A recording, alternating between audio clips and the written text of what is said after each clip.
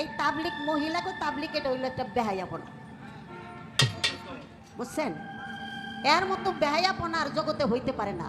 কি মহিলাদের ধর্মকর্ম হইল সে সংসার সামলাই রাখবে। আরে তোরা তো গোয়া তো চিন্তা ভাবনা নাই, স্বামীর মনটা খালি খুশি কর, তাইলেই তো বোঝান না। কি বাবা? হ্যাঁ, আরে বাস্তবে একটা টঙ্গিতে একটা ঘটনা ঘটছে। 5 মাসের বাচ্চা থুইয়া হয়ে গেছে তাবলিগ করণের লিগা। এখন বাচ্চাটা কান্তাছে কান্তাছে, এখন স্বামী আয় বলতেছে কাজের বেটি রে, কিরে তোর আপাই কয় আপাই বলে তাবলিগ করতে। আরে বাচ্চা কান্তাছে দুধের লেগা, আমি তো লালন পালন করতে, আমার কাছে তোর দুধ নাই, এটার আমি খাও।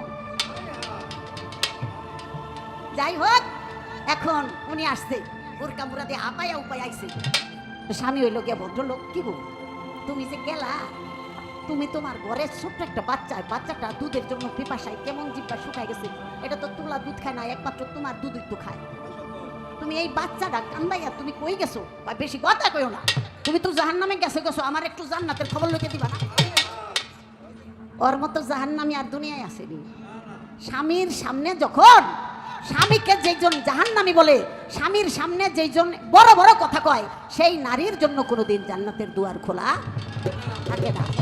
হাদিসে বর্ণনা, আমার মা ফাতেমা জহুরা নবীজির কাছে আইসা বলে, হে আমার আব্বাজান, মাওলা আলী আমাকে পাটনির ঝি বলছে, তাই আমার মনের মধ্যে একটু কষ্ট লাগছে।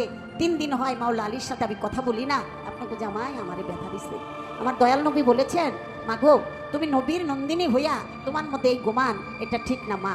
3 দিন স্বামীর সাথে কথা বলো নাই, তার মনে কষ্ট হয়েছে। এমত অবস্থায় 3 দিনের মধ্যে তোমার যদি মৃত্যু হইতো, তাহলে আমি নবী হইয়া তোমার জানাজার নামাজ পড়ি। শুনেন, যারা নাকি জান্নাতের সর্দার, তাদের জীবনীতে এরকম 2-1টি ঘটনা উপমা, এটা আমাদের মতো পাপী তাপিকে শিক্ষা দেওয়া। কি এটা একটা রূপক, আমাদের মতো পাপী তাপিকে শিক্ষা দেওয়ার জন্য। তাই আমার দয়াল নবী বলেছেন, কোন স্ত্রী স্বামীর মনে কষ্ট দিয়া যদি পিছন ঘুরে থাকে, তাহলে আল্লাহর ফেরেশতারা ওই নারীকে গজবের অভিশাপ দিবে।